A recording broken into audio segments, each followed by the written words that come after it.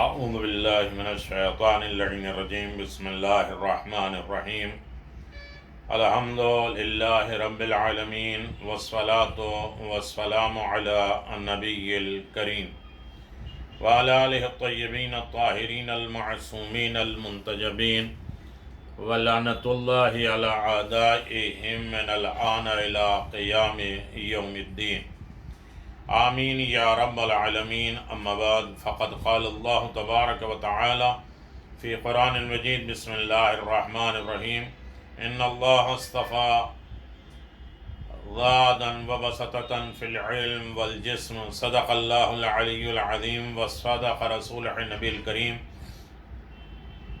سامعین گرامی قدر، حیات جناب ابو الفضل عباس پہ گفتگو جاری و ساری ہے، اور یہ بحمداللہ ہماری 74 نمبر 74 نمبر کی گفتگو ہے، اور جس میں حیات جناب ابو الفضل عباس کے مختلف ادوار اور ان کے سمت، اسماء اور صفات، شہادت، ولادت، سعادت، شہادت، یہ سارے عنوانات کو آپ کی خدمت میں پیش کرنے کی سعادت حاصل کی گئی ہے، اور یقیناً آپ اندازہ لگائیں کہ جناب ابو الفضل عباس کا روضہ، مقام زیارت، روضے زرعی اور ان کے فضائل، کمالات، یہ عنوانات آپ کی خدمت میں پیش کیے جا رہے ہیں۔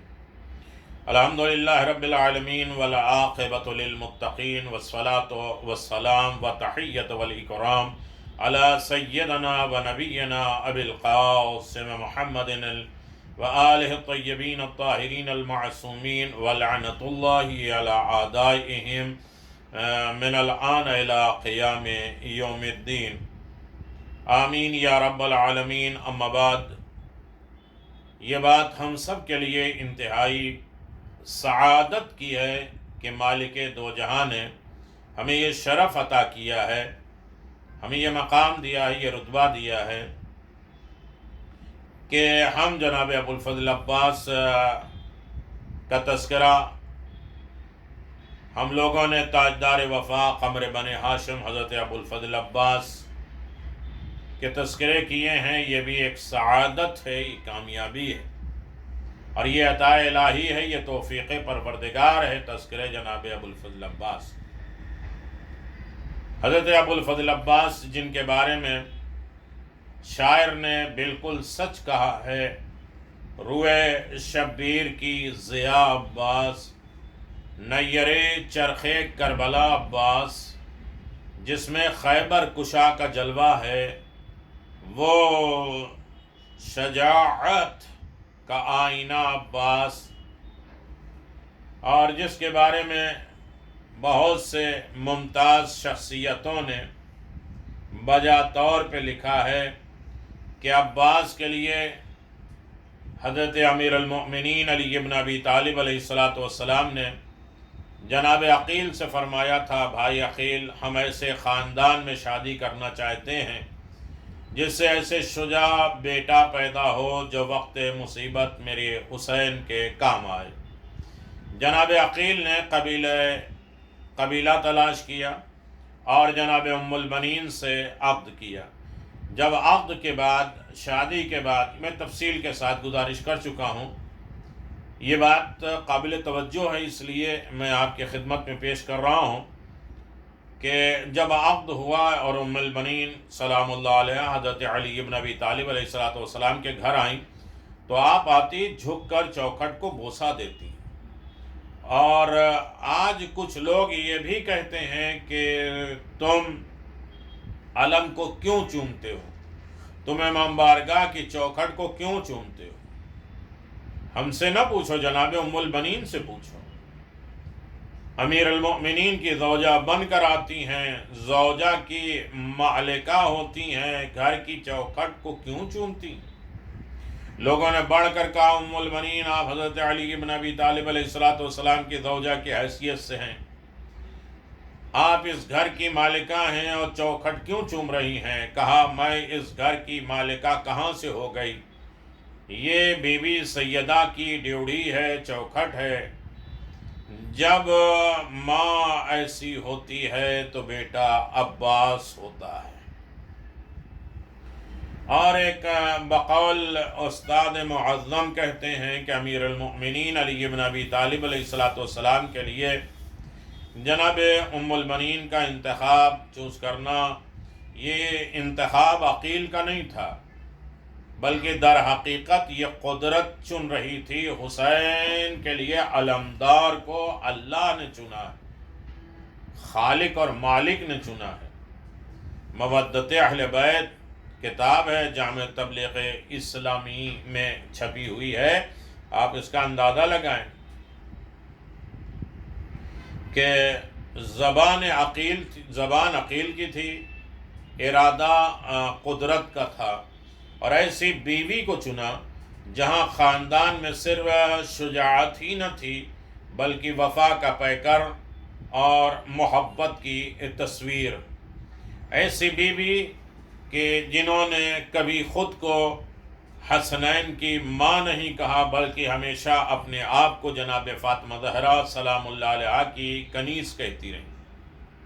حقیقت یہ ہے کہ دنیا کے تمام ارباب وفا صبح قیامت تک اس ذات والا صفات، اس نیر تاباں، اس کوكب دری، اس میزان وفا کو سلام عقیدت پیش کرتے رہیں گے جس نے جرأت اور استقامت، شجاعت، دلیری، علمداری، سقائی کی وہ تاریخ رقم کی جو سینکڑوں برس گزر جانے کے باوجود منفرد لہجہ بے مثال ہے۔ قمر بنی ہاشم، سقائے حرم، علمدار حسینی، حضرت ابو الفضل عباس ابن امیر المؤمنین، حضرت علی ابن ابی طالب علیہ السلام، جن کے بارے میں شاعر نے سچ کہا ہے کہ حضرت عباس شاہ مرداں کے شیر ہیں، خیبر اور بلند کے وہ یہ کربلا شیر ہیں، کیوں نہ ہو ہر جنگ میں وہ شامل فتح یاب، حیدر فتح یاب، وہ خدا کے شیر، یہ شیر خدا کے شیر ہیں۔ اور ایسے ہی جیسا کہ صاحب معلم السبتین نے لکھا ہے کہ بنی ہاشم میں ہر جوان اپنی مثال آپ تھا۔ کوئی مورخ یہ نہیں کہہ سکتا کہ اون محمد نے کسی مقام پہ گھبراہٹ یا پریشانی کا اظہار کیا یا کہیں کسی طریقے سے کسی امام کی اطاعت نہ کی ہو، معاذ اللہ۔ اون محمد میں بھی کوئی نقص و عیب نہیں دکھا سکتا، یا شہزادے جناب قاسم کے سلسلے میں بھی کوئی انسان اس میں کوئی شک و شبہ نہیں دکھا سکتے۔ یہ شبیہ پیغمبر یا حضرت علی اکبر، علی اصغر، جناب قاسم کا معاملہ جناب سکینہ، یہ ثابت قدم رہے، ہمیشہ رہے ہیں۔ ان میں کوئی بھی نہیں کہہ سکتا کہ ان کے اندر ثابت قدمی میں کوئی کمی رہ گئی ہو، بلکہ جو بھی اپنے قدموں پر چل کر میدان جا سکتا تھا اس نے دشمن سے لوہا منوا لیا، کردار کا بھی اور شجاعت کا بھی۔ تاریخ کربلا میں آغاز جنگ سے اختتام جنگ تک کوئی بھی ایسا نہ ملے گا جسے دشمن نے آسانی سے شہید کر دیا۔ تازہ دم دشمن کے اندر ان 3 روز کے پیاسوں میں سے کسی کے سامنے آ کر اس سے روبرو لڑنے کی ہمت نہیں تھی۔ صبح سے عشر عاشور تک یزیدی افواج نے اولاد رسول انصار حسین کو پہلے تیروں نے زخمی کیا، پھر چھپ کر کسی کے بازو قلم کیے گئے، کسی کے پیشانی پہ تیر مارے گئے، کسی کے سینے میں تیر توڑا گیا۔ جب یہ بھوکے اور پیاسے افراد زخموں سے چور چور زمین پر آتے تھے تب ان دشمنوں میں ان کو قتل کرنے کی ہمت ہوتی تھی۔ مگر ان تمام شیر بیش شجاعت میں بھی جناب ہستیاں اور انداز سب سے جدا تھا جناب عباس کا۔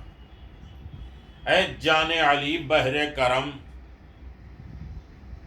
بحر گوہر بار، سقائے سکینہ میرے عباس علمدار، تو وہ اہل مودت کے لیے شمع وفا ہے، شبیر کے دشمن کے لیے موت کی تلوار۔ اور یہ تلوار وہ ہے جسے مولا کائنات امیر المؤمنین علی بن ابی طالب علیہ السلام نے خصوصی طور پر اپنے پروردگار سے حاصل کی تھی۔ گویا حضرت عباس علمدار کے دنیا میں تشریف آوری ایک خاص تمنا ہے اور ایک منفرد آرزو کی آئینہ دار تھی۔ اسی لیے بعض معاصر صاحبان علم نے آپ کے وجود مبارک کو ایک خاص مقصدی وجود کی تعبیر سے یاد کیا، اور جیسا کہ خطیب اعلی اسلام حضرت علامہ طالب جوہری صاحب نے بھی فرمایا کہ انہوں نے اپنے شدید علالت کے دوران حضرت عباس سے توسل کیا اور شفا پائی، اور انشاءاللہ ایک انہوں نے تحریر بھی جناب ابو الفضل عباس کے سلسلے میں تیار کی ہے جو منظر عام پر آئے گی۔ مالک کا احسان ہے کہ اس نے اس سال ہم لوگوں کو بہت زیادہ جناب ابو الفضل عباس کی طرف متوجہ کیا ہے، اور یقیناً یہ 74 ویڈیو اور اس کے بعد اس کو اپلوڈ کرنا، اس کا انتظام کرنا، اس کو جو ہے سارے زمانے میں تقسیم کرنا، یہ بھی عطا الہی ہے، شکر پروردگار ہے، توفیق خداوندی ہے۔ تمنائے علی بن ابی طالب علیہ السلام، تمنائے امیر المؤمنین علی بن ابی طالب کی تمنا عباس ہیں۔ قرآن مجید میں خالق دو جہاں نے اپنے متعدد پیغمبروں کو اس تمنا کا ذکر کیا ہے، جو ایک فرزند صالح کے بارے میں ان کے دل میں پروان چڑھی رہتی تھی، یعنی جو بھی نبی نے تمنا ظاہر کی ہے اولاد کے لیے، اسے بھی قرآن میں بیان کیا ہے۔ خلیل خدا حضرت ابراہیم علیہ السلام کے بارے میں ارشاد قدرت ہے کہ انہوں نے اپنے پروردگار سے یہ درخواست کی ہے کہ رب حبلی من الصالحین، پروردگار مجھے نیک اور صالح اولاد عطا فرما۔ سورہ مبارکہ صافات آیت نمبر 100۔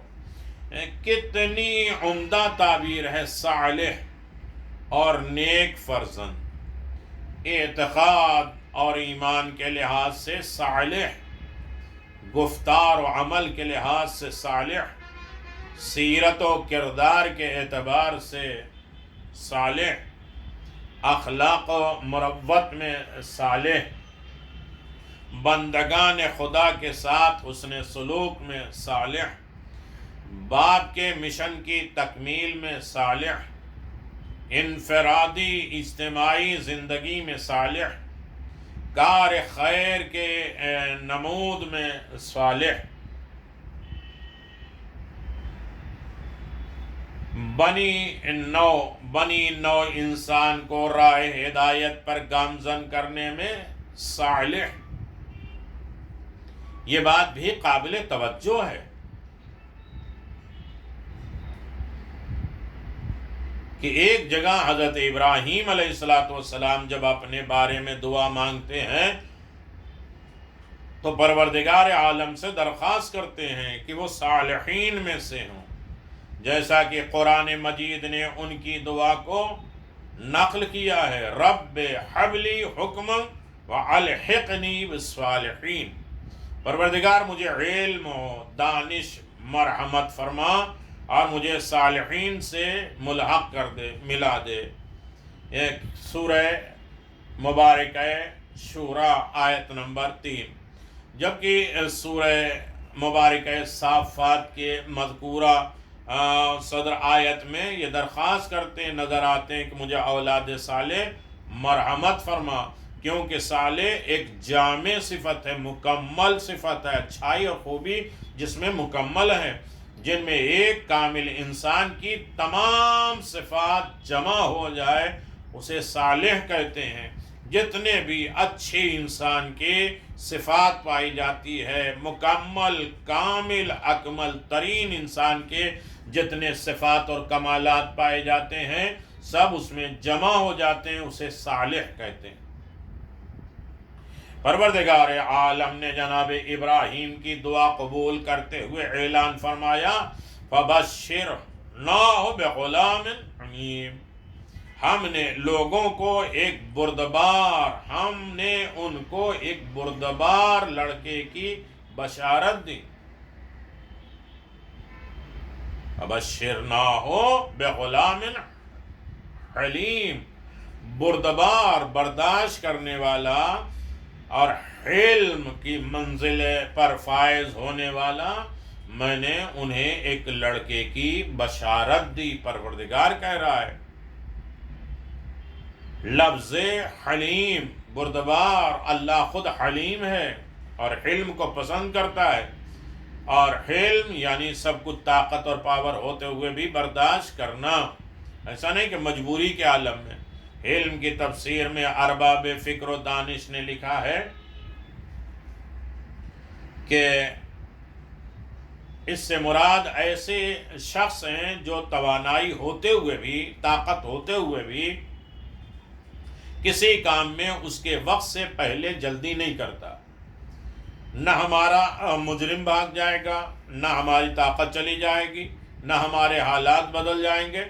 تو کسی وقت اس نظریے سے کسی کے اوپر ظلم کرنا یا بدلہ لینا نہیں آتا، بلکہ حلم، توانائی، طاقت، حالات ہوتے ہوئے بھی جلد بازی نہیں کرتے. اللہ علیم ہے، وہ نہیں جانتا، وہ جانتا کہ ہمارا دشمن ہم سے بھاگ جائے گا.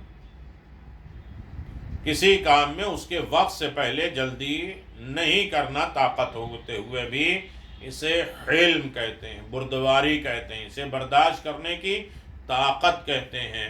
یہ اور مجرموں کو سزا دینے میں جلد بازی سے کام نہیں لیتا. جو ایک عظیم روح کا مالک ہوتا ہے، عظیم روح کا مالک ہوتا ہے اور اپنے جذبات اور احساسات پر کنٹرول رکھتا ہے، اسے علم کہتے ہیں. تفسیر نمونہ جلد نمبر 19. اور صاحب راغب اصفہانی نے اپنی مشہور کتاب مفردات القرآن میں، جسے قرآنی الفاظ کی تشریح کے سلسلے میں وثاقت اور اعتبار کی وجہ حاصل ہے، اس لفظ کے سلسلے میں لکھا ہے علم کے معنی ہے نفس اور طبیعت پر ایسا کنٹرول رکھنا کہ غیظ اور غضب کے موقع پر بھڑک نہ اٹھے. اپنے نفس پہ اتنا کنٹرول رکھے، اپنی خواہشات پہ اتنا کنٹرول رکھے، اپنے غیظ اور غضب پر اتنا کنٹرول رکھے، اپنی طبیعت پہ اتنا کنٹرول رکھے کہ وہ کسی بھی موقع پر غضب اور غصے کا معاملہ نہ ہو اور وہ غصہ آگ کی صورت میں نہ ہو جائے. بعض لوگوں نے کہا کہ احلام سے عقل مراد ہیں، اور اس میں حلم کے معنی متانت، بردباری، چونکہ متانت میں عقل کی وجہ سے پیدا ہوتی ہے، اس لیے علم کا بول بالا کو عقل مراد لیتے ہیں. علمہ العقل، عقل کو اسے بردبار بنا دیا. احلت المرات، عورت نے حلیم و بردبار بچہ پیدا کیا.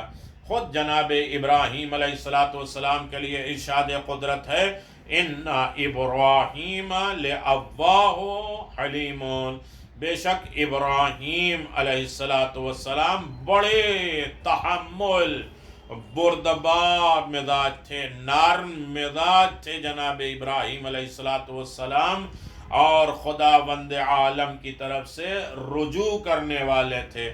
ہر طرف، ہر بات، ہر چیز پروردگار کی طرف رجوع کرتے تھے. بڑے نرم مزاج تھے، بڑے تحمل مزاج تھے، دل بہت اچھا تھا، اور ہر معاملے میں خداوند عالم کی طرف رجوع کرتے تھے. اور جناب اسماعیل کے لیے جو ارشاد قدرت ہوا وَبَشِّرْنَا بِغُلَامٍ حَلِيمٍ، ہم نے ان کو ایک بردبار، برداشت کرنے والا، علم والا، جلد بازی نہ کرنے والا، غیظ و غضب نہ دکھانے والا، مکمل انسان، کامل انسان بیٹا اور لڑکے کی بشارت دی ہے. یہ جناب ابراہیم علیہ السلام کو پروردگار نے کہا ہے. اور یقیناً اس لڑکے میں قوت برداشت بھی ہے. آپ مفردات القرآن میں 259 259 میں آپ ملاحظہ فرماتے ہیں۔ یہ بات بھی قابل توجہ ہے کہ لفظ حلم قرآن مجید میں 15 مرتبہ آیا ہے۔ حلم یعنی برداشت کرنے کے۔ ابو الفضل عباس کا حلم دیکھیے، تلوار اٹھی ہے، طاقت بھی ہے، شجاعت بھی ہے، سب کچھ ہے معرکہ، لیکن اطاعت امام، حکم امام پر عمل کرنا۔ حلم یہ قرآن مجید میں 15 موقع پر آیا ہے، اور یہ لفظ زیادہ تر خداوند عالم کی صفت کے طور پہ آیا، اللہ کی صفات اور کمالات کے سلسلے میں آیا، سوائے 2 موقع کے جہاں یہ جناب ابراہیم اور ان کے فرزند کی صفت کے طور پر آیا ہے۔ ایک موقع پر دوسرے کی زبان سے جناب شعیب کی صفات بیان ہوئے ہیں۔ دیکھیے جناب شعیب کی زبان بھی دوسرے کی زبان کی وجہ سے اسے بیان کیا گیا ہے۔ جس طرح خداوند عالم نے جناب ابراہیم علیہ السلام کی اس تمنا کا ذکر کیا ہے جو فرزند کے بارے میں ان کے دل میں تھی، اسی طرح حضرت زکریا کی اس آرزو کا بھی ذکر کیا ہے جو انہوں نے بارگاہ معبود میں اولاد کے سلسلے میں پیش کی تھی۔ ارشاد قدرت ہے، وَذِكْرُ رَحْمَتِ رَبِّ عَبْدُهُ زَكَرِيَّا إِذْ نَادَى رَبُّهُ نداء خفيا قال رب إني ضعن عظم مني فاشغل رات شعيبا لم يكن بدعائك رب شقيا إني خفت المرات من وراهم وكانت امرأة عاقر هب لي من لدنك وليا يرثني ويرث من آل يعقوب واجعله رب رضيا۔ ذکر ہے آپ پروردگار کی رحمت کا اپنے بندے زکریا پر، جبکہ انہوں نے اپنے پروردگار سے چپکے چپکے دعا کی، اللہ سے بالکل خاموشی سے دعا کی۔ جب بڑھاپے میں سفید سر کے بال سفیدی ہو گئی، اے پروردگار میں تجھے بھی تجھ سے دعا کر کے بے نصیبی نہیں رہا، بلا جب مجھے اپنے مرنے کے بعد اپنی قرابت داروں کی طرف قرار دے، اور یقیناً مجھے اپنی طرف سے ایک وارث عطا فرما جو میری بھی وارث ہو اور یعقوب کی اولاد کا بھی ترکہ پائے، اور اپنے پالنے والے اسے پسندیدہ قرار دے۔ سورہ مریم آیت نمبر 1 سے 6 نمبر۔ چپکے چپکے مخفی طور پر چھپے انداز میں دعا کرنے کی وجہ یہ ہو سکتی ہے کہ خداوند عالم کو دعا کا یہ طریقہ زیادہ پسند ہے، کیونکہ اس میں تضرع، انابت، گریہ، فریاد، خضوع زیادہ ہوتے ہیں۔ دوسری وجہ یہ بھی ہو سکتی ہے کہ چونکہ حضرت زکریا اس وقت بہت زیادہ بوڑھے ہو چکے تھے، اب اگر وہ سب کے سامنے آشکار کھلے انداز پر یہ دعا مانگتے تو سننے والوں میں نادان لوگ بھی اس طرح کی طعنیں کرتے ہیں اور مذاق اڑاتے ہیں کہ اس عمر میں اولاد کی تمنا اس بوڑھے کو ہو رہی ہے۔ تو معاذ اللہ بہت سی باتیں ہوتی، اور جس وجہ سے بھی جناب ابراہیم نے بڑے چپکے سے خاموشی اعتبار سے دعا مانگی۔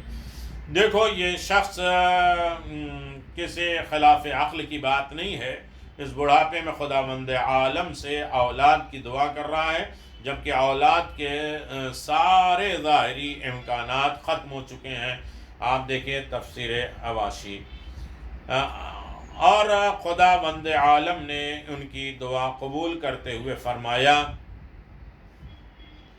کہ یا زکریا انا نبشرک بغلام اسمہ یحییٰ، اے زکریا ہم تمہیں ایک لڑکے کی بشارت دیتے ہیں جس کا نام یحییٰ ہے۔ سورہ مریم آیت نمبر 7۔ کس قدر پرکشش ہے، کھچاؤ ہے اور عمدہ بات ہے، اچھی بات ہے کہ بندہ اپنے پروردگار سے کسی بات کی تمنا کرے اور خداوند عالم کی طرف سے بلا تاخیر، بغیر تعمل کے، بغیر رکاوٹ کے، بغیر گیپ کے جواب آ جائے کہ ہم نے تمہاری دعا کو قبول کر لیا، اور بشارت دے دی کہ دعا کا نتیجہ بہت جلد سامنے آنے والا ہے۔ تم نے فرزند کی درخواست کی تھی، اس کے جواب میں ہم نے تمہیں ایک فرزند کی خوشخبری سنا دی جس کا نام یحییٰ ہوگا۔